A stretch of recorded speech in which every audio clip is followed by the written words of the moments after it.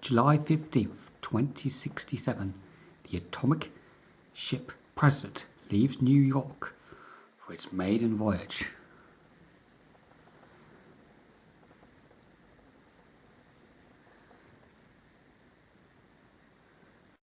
The largest and fastest liner ever built, the President is bound for Australia.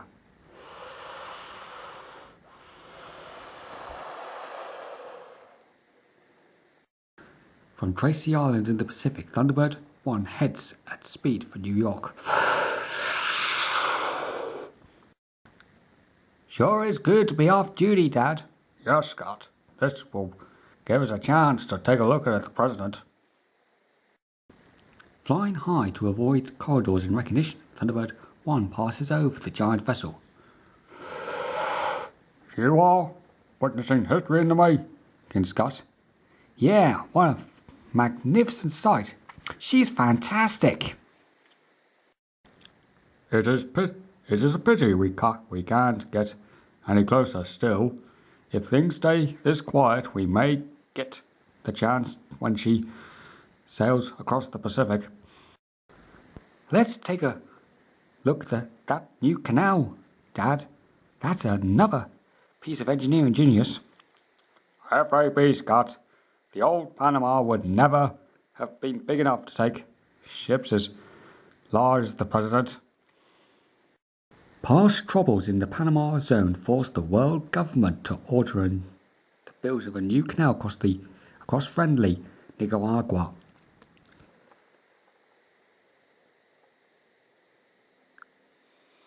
Boy, she's 3 times the size of the Panama. Yes, and less trouble to control and navigate. Right, son, let's go home. We're still in the rescue business, remember? I know, Father, and Thunderbird 1 could be needed on an emergency at any time. They fly over some old towns and villages. It's amazing, Scott. Not 30 miles from here, millions of dollars have been spent on a new seaway, yet those hovels haven't been touched in 1.5 centuries. People still live there too, Dad. Yes, I'm afraid the Nicaraguan government is neglecting them.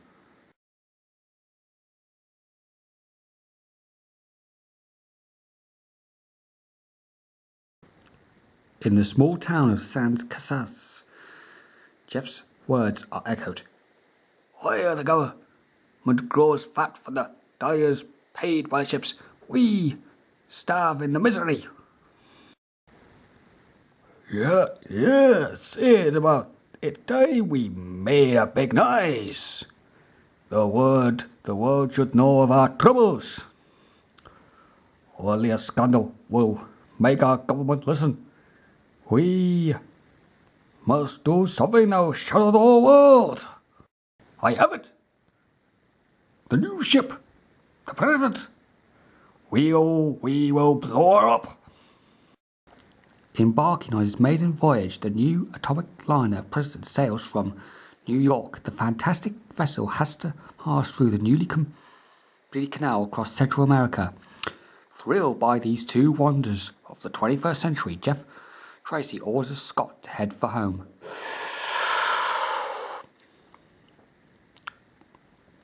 We'll take a look at the President when she reaches the Pacific. Okay, Dad, guess we've been away from base long enough.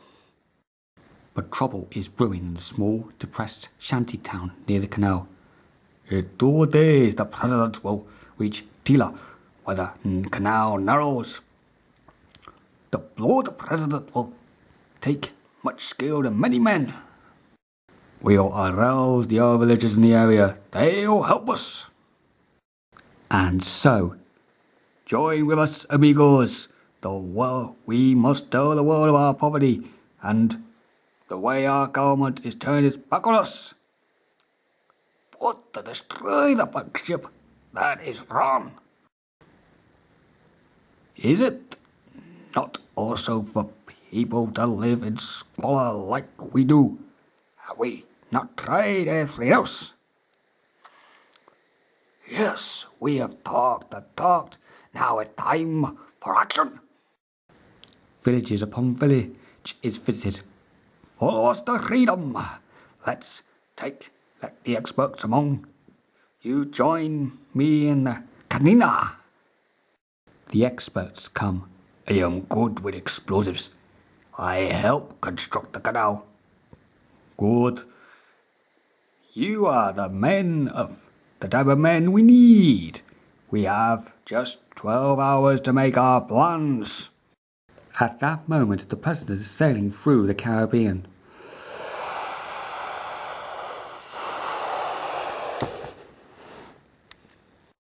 On the bridge, Captain Thomas checks the robot systems with his second in command.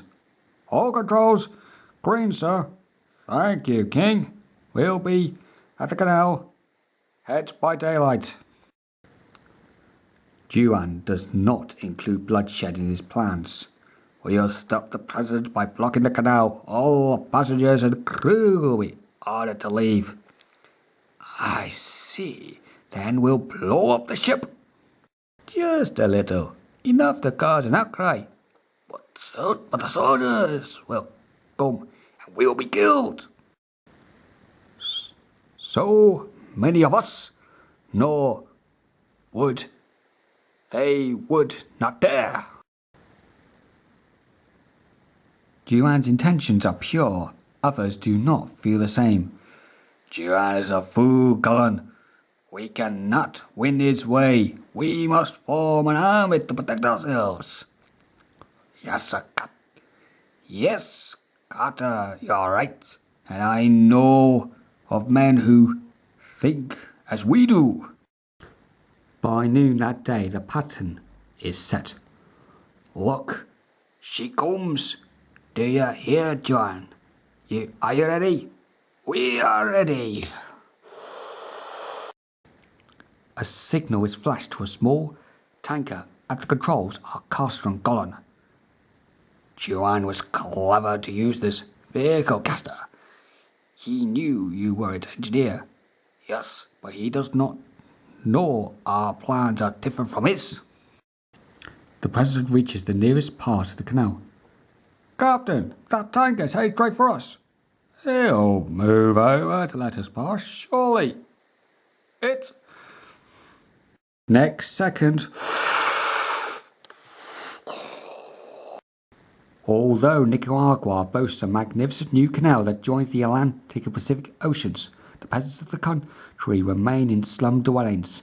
As a protest, the giant lion president is rammed in the canal.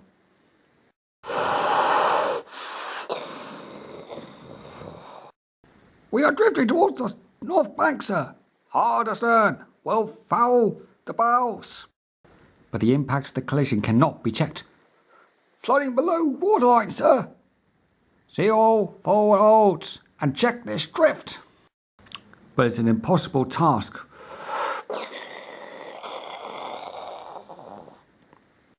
Finally, the gigantic vessel comes to rest.